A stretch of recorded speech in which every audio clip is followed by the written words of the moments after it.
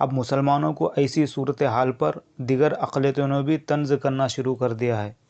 شرومنی اکالی دل کے سربراہ سکھبیر سنگھ بادل نے کہا کہ ملک میں مسلمان 18% ہیں اور سکھ صرف 2% ہیں۔ پھر بھی سکھوں کی اپنی قیادت ہے لیکن مسلمانوں کی کوئی قیادت نہیں ہے۔ یقیناً سکھدیو بادل سنگھ نے بالکل صحیح بات بتائی ہے۔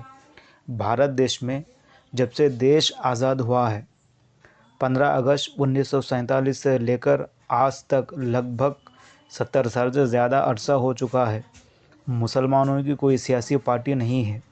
اگر کوئی ایک آدمی اٹھ کر مسلم لیڈرشپ قائم کرنے کے لیے مسلمانوں کو متحد کرنے کے لیے نکلتا ہے، اس کے اوپر اتنے طرح طرح کے الزامات عائد ہوتے ہیں، اتنے طرح طرح کے الزامات۔ مثال کے طور پر AIMIM کے چیف